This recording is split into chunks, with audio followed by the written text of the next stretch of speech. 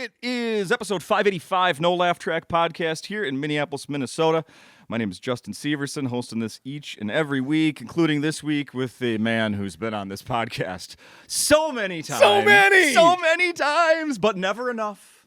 And we did not do this last year because you had to go and film a special at a theater in St. Paul. But in conjunction with Acme. True. Yeah. That is, for people not watching, the voice of Chad Daniels. Hi. On the stage here. And now, are you going to be okay not standing on this side of the stage? Yeah, it is weird. Right? Yeah. Yeah. Because we've been doing our podcast middle of somewhere here, and I have to stand up, and I don't even want to get into that, but I have to stand up during the podcast, and podcasts with an S. Yes. But anyways, yeah, and I stand on that side. So this is just a different view. I like this. Yeah. When Cy was here headlining a few weeks ago, of course, I then stood for the podcast. That was a whole new experience. Yeah. I found myself leaning way in like this by the end of it. But yeah, it's my lower back strength is outrageous right now. Anything to appease our boy Cy. But welcome back, sir. Thank you. Thank you for having me. It's nice that you have an actual guest here instead of a mercy hire like Cy. Obvious. You know, Lewis has done that for years. Once a week, he sets one aside for what you describe as a mercy hire. It's a mercy hire. Basically, what happens is Lewis has a tally running and then when the mercy hire list, when somebody on there gets to 100 emails sent with avails, he'll put them up. So that was nice. That was nice that he did that. Yeah. No, he had a great week. I heard He did. Was fantastic. Yeah, we came to one of the shows. It was a lot of fun. Let's talk about last night. Let's start there, sir. Let's. Of course, I showed up, which I always do, with my lovely wife, Ashley. Yep. I can't talk right now. Yep. My wife, Ashley, who, as we've spoken on this show before, is a huge fan of yours. That's nice. I'm a huge fan of hers. So we had a great time, and leading up to the show starting, there was a bit of a medical emergency out in the... Some lady... We get a laugh from Brandon. Yeah, well, I'm sure he's laughing in a very different way. She too much weed, couldn't handle it, fell down, barfed on herself. And then from what I have gathered, her friends were like, we're in the medical field, it's fine. And then everyone standing around was like, well, then do something medical. You dummies, pick her up or something. But, when I got here, there was an ambulance here, and I was like, shit, this is a good start to a week. Yeah. Somebody already passed out with excitement. Turns out it was weed. Yes, I heard that story going around, too, that, she maybe hasn't done pot in a while. Yeah, well, you know what? If you talk like that, have you ever done pot? Is this your first time trying it? Exactly. We're going to go to the comedy show, and my kids tell me that trying pot makes you giggle. That's right. Just a little bit funnier. Well, let's not rely on the professionals to make us laugh. Let's put a foreign substance in our body when we have to walk downstairs. Yes. To get to the room. Yes. So, medical emergencies, what kind of history do you have at your shows like that? Have you had... A lot of people pass out. A lot of people pass out. Just from laughing, though, right? Oh, God. Tons of laughing. Plus, as you know, I got a big strobe light intro. A lot of people freaking out. A lot of, I pass out tongue suppressors in case people have a seizure. That used to be a thing on TV. You'd see, people... Somebody give me a wallet, and then they'd put it in their mouth to bite down on. Do you remember that? Oh yeah, that's what you had to do because they. What was that for? They can bite their tongue off. Okay. So you want to make sure they're not biting their tongue off. But I'm of the old school where I go, well, we're not going to have to fucking listen to this person anymore. This is if everybody's talking about God's will all the time, let it rain. Yeah, that's what I say. You know, I just remembered something that every show this week obviously sold out, including last night. The last show added. Yep. We did that. So you would think there would be no open seats for such a hot ticket. There was an open seat next to Ashley, which I'm thinking, were we sat next to? Oh, you guys dodged a huge bullet. You dodged the biggest bullet in the world. When that seat stayed open, we're waiting for the show to start, and even when Andy's up on stage, people sometimes show up late or whatever, And I was like, I hope she comes in with her vomit breath and has to sit right next to you. It's going to be perfect. No. Why would you wish that on anyone you love? That's why. That's why. Because I love. That's why. If that lady would have been in here during my show, it would have been 1 hour talking about her. Yeah, probably. I'm right? so thankful. Yeah. Because let me tell you something. You don't pass out and vomit on yourself and then get up and make it to the restroom and then pass out and vomit on yourself again and then come in and be a contributing member of a comedy audience, right? You are going to be such a bitch. You're going to making weird noises that, by the way, ever set me off. Yeah. I don't know where I am on the whole spectrum deal, but I can tell you there are some noises. For sure. That's like wet wool on one of these little kids that taps their forehead when they get mad. Oh. Can I say that? Yeah, I can say that. I mean, it's a reality we're living in, right? Everyone gets mad. Like, it's not like I'm making up these scenarios. They're real, right? Like a kid's wearing a sweater, already hates it that it's scratchy. It gets wet. Well, that's no good. Absolutely. And now he's in the corner tapping his forehead because he's pissed off. And that's just how it is. One of my other favorite parts of last night was no one saw this coming, I don't think, and that is when you got into your material about ADHD and autism and being on a spectrum and stuff like that, and then the crowd's kind of like, wait, what? And the reason they're doing that, pulling back a little bit, is because the act that was on right before you. Yeah. Talked all about having autism. Well, yeah, he's autistic and he's got OCD and he's so freaking funny. Hilarious. So James Stanley is here and Andy Duong also here. And what an outstanding show. This is one of these shows where it takes all the pressure off me. I know there are people coming here, some of them to see me and specifically, but everybody gets their money's worth before I take one step onto this stage. Yeah, killer act. So it is fantastic. But he talks about having autism. It's a big part of his set. Yeah. And so I come out here and I say I was accused of having autism and everyone's like, well, that's different. You can see everybody looking around like, what do we do? We like James. It's like, so do I. I'm not making fun of him. I'm telling you. So supportive. Yes. The whole time. Yeah, me too.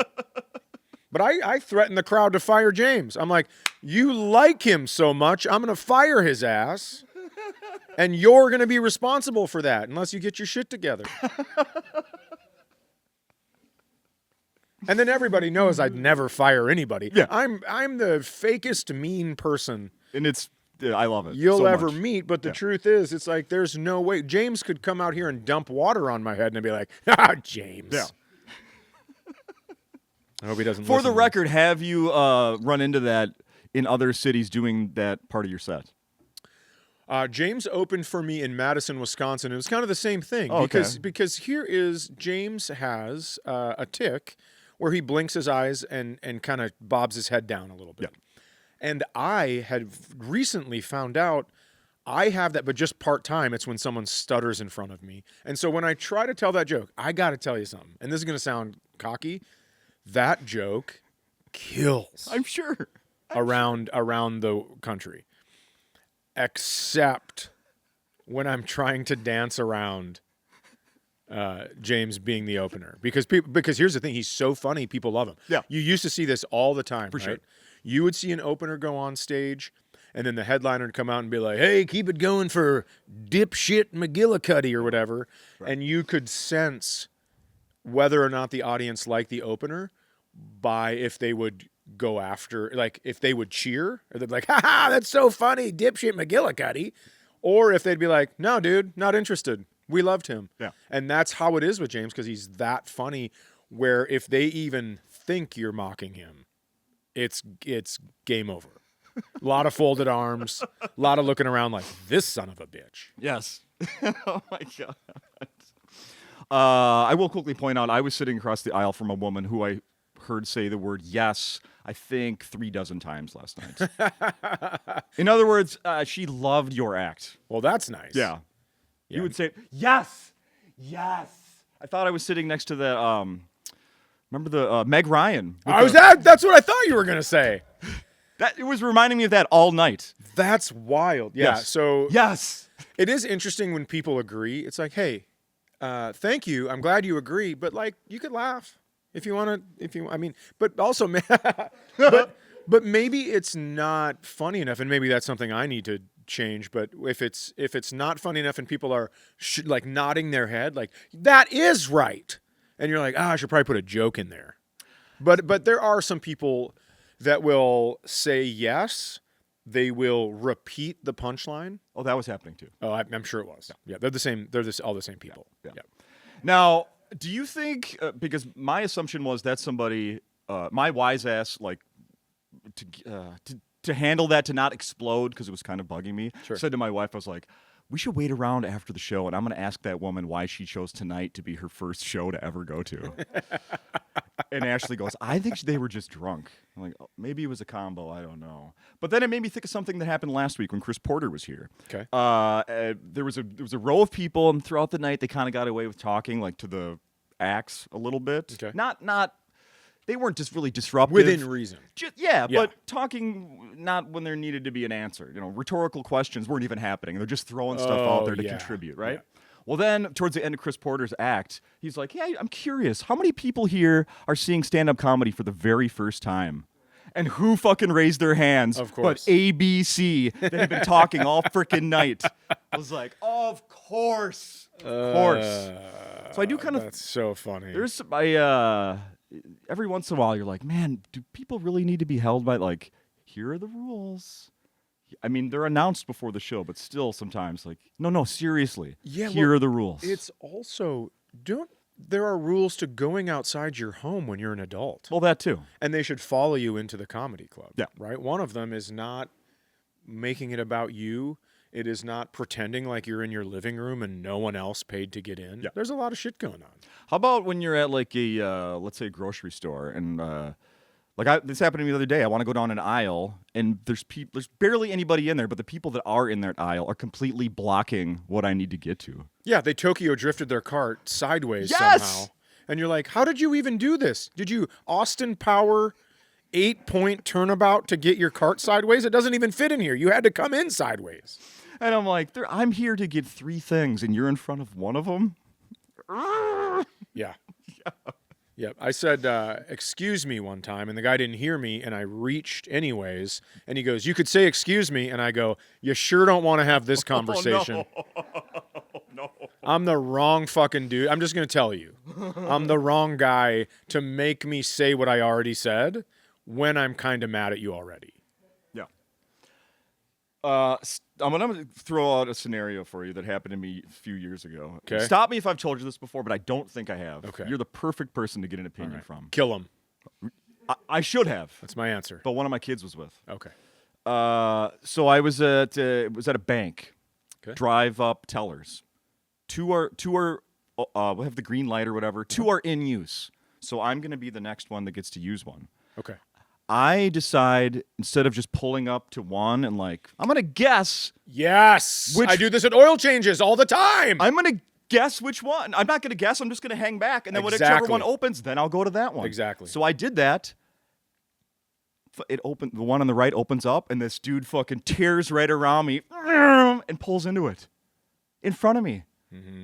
So then I'm like, I can't do anything until I get up, and the one on the left opens up. Then I pull in, and I roll my window down, and I'm like shaking, like, did you not see me here? And he's like, it was open. And we just back and forth had this argument. I wanted to kill him.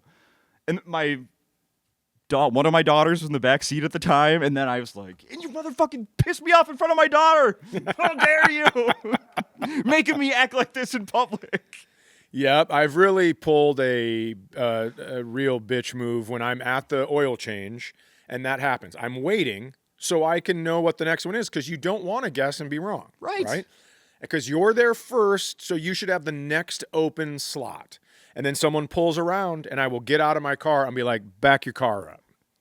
You're second. You're behind me. Well, no, you line up behind the door. No, you fucking don't. You don't. And then I will sit in front of them as the door opens, and I'm like, you can hit me. Yes. Or you can back up, because this is not your slot. Yes. It's so crazy. I have a car. I don't know what I would do in a bank situation. I think it would depend on the day. Because today I had to drive to Just like a little 15-minute drive down 494 South. No big deal. But when I get in the car, I've wanted to listen to the end of something that I had been listening to. Mm-hmm. And my car would not sync up to my phone, and I did not know what was happening. And so I'm in a bad mood, and I get over. So it's like 394, where the junction for 494, and this woman, she speeds up, but just enough where I can see her, and then starts to move over. And I'm like, what in the fuck are you doing? And so I am having I'm already mad. Right. And that did not help. No. So I was not a great, I was not a friend of the highway today. I'm going to say that. And I think in a situation with that bank, if I had had a bad day, I might line my bumper up and push him right through the fucking thing. I don't know. I mean, I think you'd probably get arrested for that, but it's like, I have insurance for a reason. And because it's a bank, they have cameras everywhere. Right. So think of the CC footage that those guys get to enjoy, right? Yeah. Oh, absolutely. And you think that's not going to go viral on TikTok? Come on, boy. Come on. I'm guaranteed you probably know about this, but I was doing, of course, doing my research for the podcast, Yep. prepping. Yes. And I searched the name Chad Daniels. Okay. Imagine that. Have you heard of the professional wrestler named Chad Daniels No. that's working now? I haven't. Really? Oh, that's fantastic. I'm just going to read you a paragraph that I found today then. Okay. All right, and it'll all make sense. All right.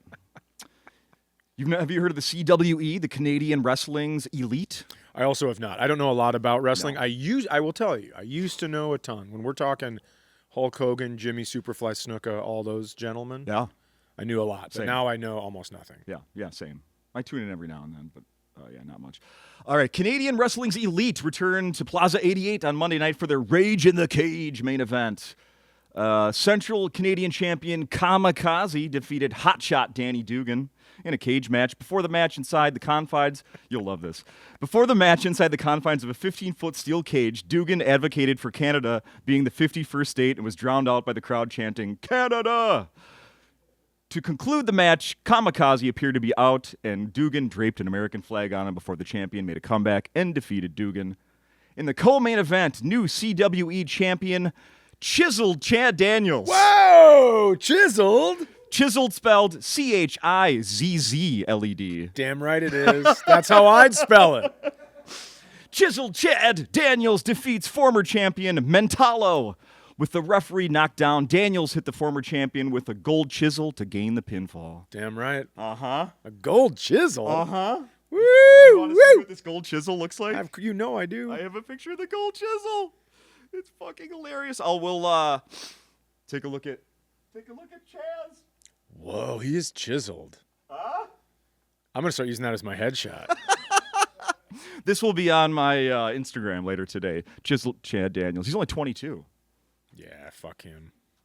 It's not junior, is it? I don't think so. We're in Canada. Nah. Yeah, we're 23 years ago. Did you do a show in Ontario? No. In Canada, I was strictly anal. Obviously, just kidding. I've never slept with anyone from Canada. That's international law, sir. You have to do that. Oh, that's funny. Hey, Justin Timberlake, I saw you, or you mentioned on stage last night. You went to the Timberlake show earlier Went this to the week. show Monday at the XL. That's right. You had to drag your girlfriend to go, I'm assuming? Oh, no.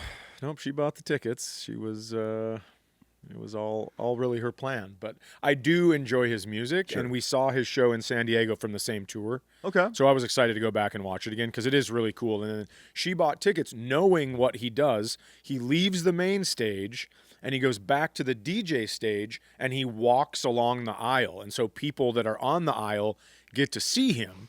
And then he walks back to the main stage on the other side of the aisle. So she got tickets for the walk back to the main stage. And this lady was in the middle of the row. And she, all of a sudden, when it was time for him to leave the DJ stage, and there's a rope. They put a rope up so you can't get in the aisle, and there's security everywhere. And she comes over and she goes, "Oh, I have to go to the bathroom." And I go, "Well, you can't. There's a rope." And she goes, well, I'll just stand here until they move the rope. And I go, nah, you won't. I know what you're doing. You're going to go back to your seat. And then she goes back, and we're there with another couple, and she's talking to the guy from the other couple, and she's like, oh, that guy was a jerk. And he goes, no, there's a rope there. And she goes, yeah, but he was mean about it. And so as soon as Justin Timberlake goes back up to the main stage, he does 4 more songs to end, right, the show. And the rope is gone. And nothing. So I go over and I go, hey, rope's gone. You want to go to the bathroom? She goes, well, now I'll just wait. I go, yeah, will you? Will you now just wait? Oh. I raised 2 kids to adulthood, you silly bitch. You think I don't know these tricks? That's right. And by the way, I call everyone a silly bitch, not just the gals. Fair enough. Yeah. I feel like you got to say that these days. Yeah. This is the perfect opportunity for me to tell you my Justin Timberlake story. Oh, I can't wait. So I looked it up. It was the year 2001. In the year 2000. Remember when that was so far in the future? I know.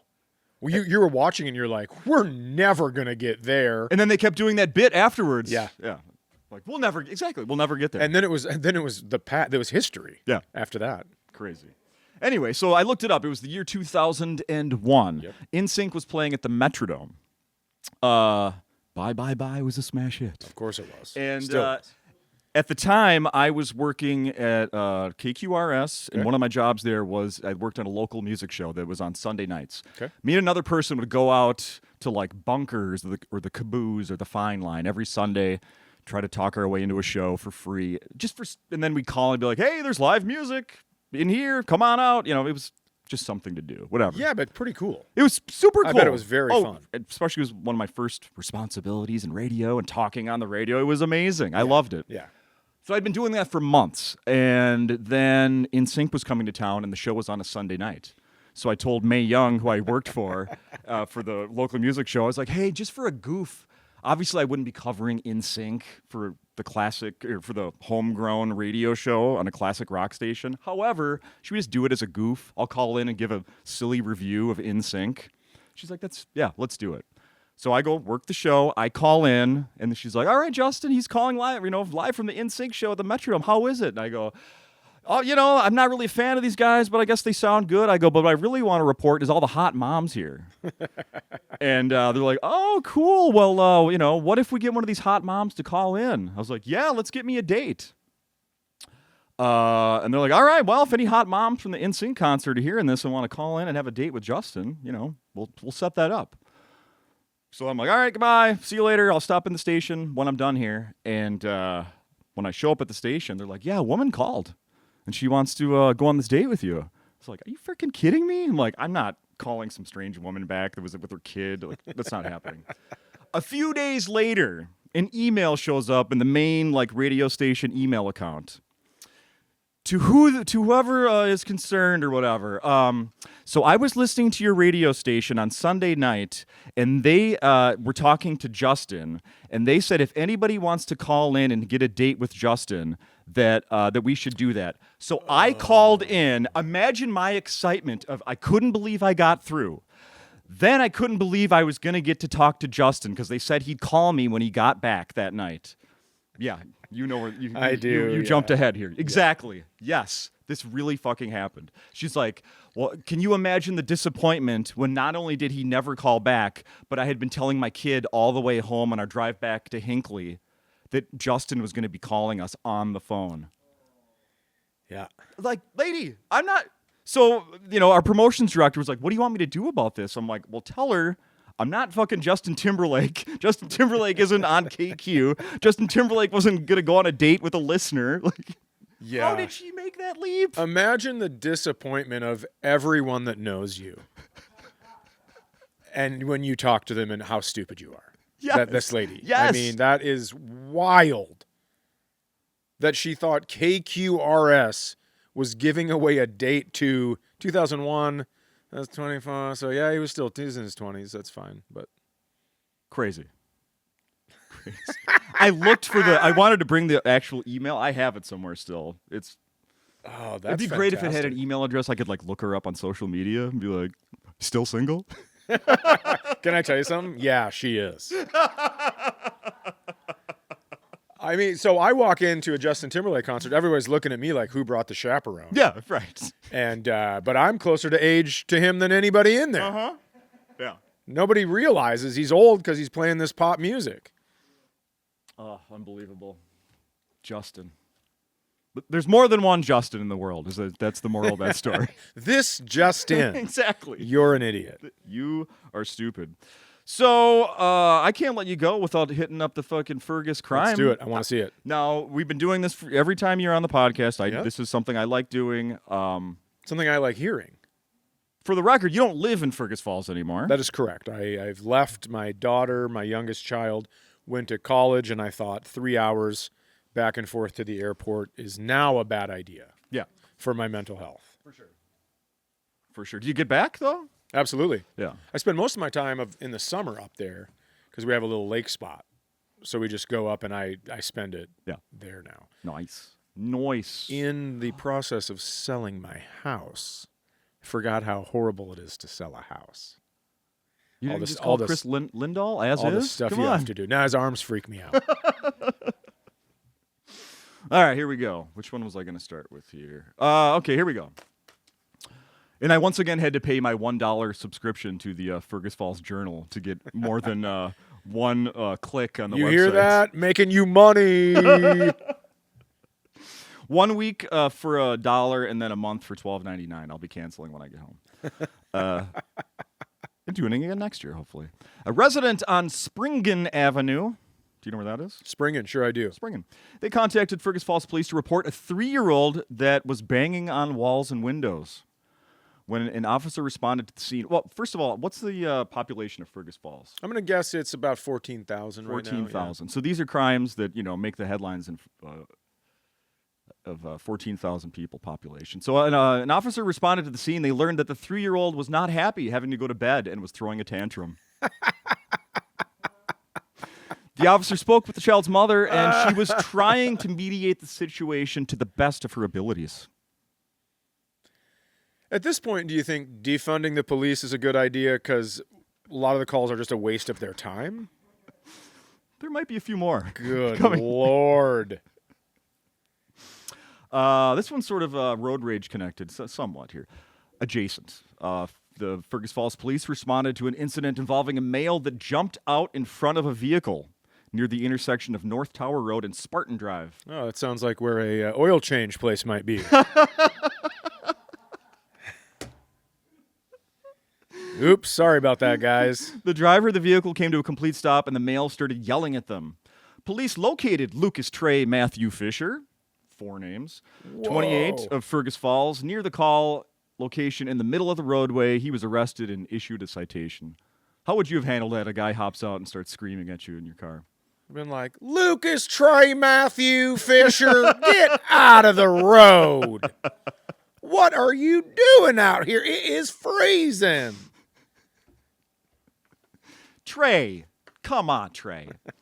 Fergus Falls police responded to a call reporting a fire at a cemetery on County Highway 111 that was producing smoke throughout the neighborhood. The officer informed the curious caller that fire is used to thaw the ground so gravediggers can do their job. This answer seemed to appease the caller. I love how they go, hey, stick around for a 2-question survey. Did this answer appease you? I mean, what a strange thing. Also, that's about the only thing that would cause smoke there, right? Everything's made of stone and the grass is frozen right now. Yeah. Whew. What if it was a spirit? The zombies are starting a fire. They're cold. A resident on the 350th Street, just whatever. They reported a salesman from a window company stayed for 3 hours, starting at approximately 6 p.m. Dear God. And initially refused to leave, with the resident having to physically push him out of his garage. The male was very pushy and tried going through the resident's home and tried to get him to sign an agreement for $16,000 for 3 windows. While being forced from the property, the male attempted to steal a loaf of bread from their porch. Oh my God. Fergus Falls for the win. What a fantastic story. fuck? I got one more for you. Oh my God! No wonder he was trying to sell those windows for that upsell. I mean, he's just trying to feed his family. Hey, I'm going to take this bread if you're not buying the windows, you fucker. By the way, my first wife and I had that similar. I think that's a strategy for these guys.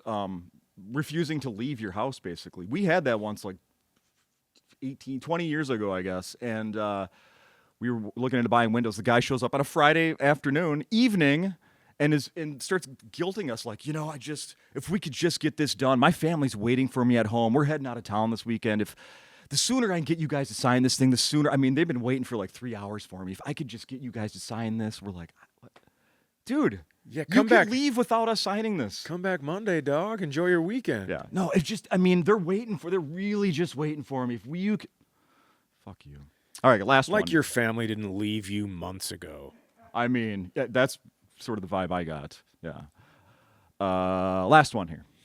A hotel guest on Western Avenue contacted Fergus Falls police to request a preliminary breath test to determine if it was legal for him to drive. When an officer called the guest back, they reported having an unknown amount of double Crown Cokes the previous evening and that their vehicle was equipped with an ignition interlocking device. The person was concerned he may blow above .04 requirement that would cause the vehicle to lock up. The officer, of course, denied the person's request, but gave the person advice on how they should proceed. Was it find somebody who hasn't been drinking? I wonder, right? I mean, what kind of advice would you give? Like, an unknown amount of double Crown Coke? That's the funniest fucking thing that could have been said right there. Yes!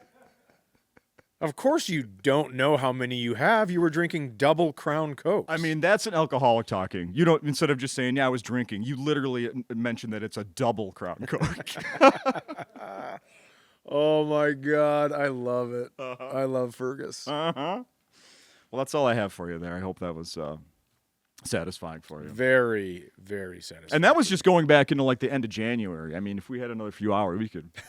This could be its own podcast in and of itself. I come back in a couple weeks and you've extended for the $12.99 a month. Yes, exactly. Just to see the crime report. Do I get a deal if I do a year? 5 year lifetime? Like I get a lifetime subscription. Yeah. So let's wrap this up with so a year ago at this time you were recording the special at the theater. Now that's now on Netflix. Yep. Empty Nester. Yep. Fantastic. Thank you. Last night was an all new hour of material. Yep. When you have plans to record this? I don't know. I don't know if it's ready yet. I mean, it's new, but I don't know if it's how I want it. And I don't know. I mean, I'm not saying a whole bunch. Okay. I'm saying a lot of words, but I'm not like, there's not a lot of like people leave and go, oh yeah, okay, that made us think a little bit. But I think some of the stories are, like the story about getting a pizza is one of my favorite stories that's ever happened to me. Yes. So I do like really telling that stuff, but yeah, we'll see. I don't know. I'm going to take my time because I did. See, that's what I was getting to. Is like you have a reputation now of knocking these, an hour out, an hour out, an hour out. But I think that I'm gonna pick my spot where I want to record. I'm gonna take my time and just make sure it's what I want it to be. And because the pace I was going at is unsustainable. At least for me, I don't have any desire to do that anymore. Yeah, but we'll see. You got 2 podcasts to do. You got lots of stuff to do. Plus, I like my life. It's great. Got these 2 happy kids becoming adults. Yeah. Wonderful girlfriend who maybe we'll change that title sometime. Who knows? Sure. So a lot of stuff going on. Yes, woman last night was so excited. By the way, we haven't mentioned Kelsey came out and did a guest set last night. Yep. That was really, really good. Yeah, she's. It's interesting because she told me what joke she was going to do, and I remember when I first saw them. And last night it was like completely different rewritten jokes, and it's just punchline.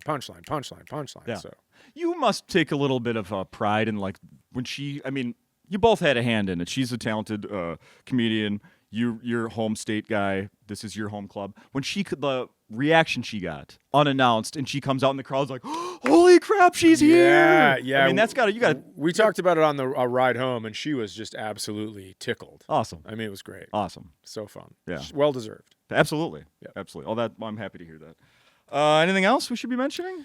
No, I'll just be back for 6. Let's see, 52. So I guess I'll be back for 6 something. Yeah, 6 something. Mm-hmm. Let's plan on it. First week or end of February. End of February, March. beginning of March. Happy birthday, by the way. Thank you. Sunday I'm going to be 50, and I don't want to talk about it. Do you have any plans to, is there a big... I said I don't want to talk about it. Perfect.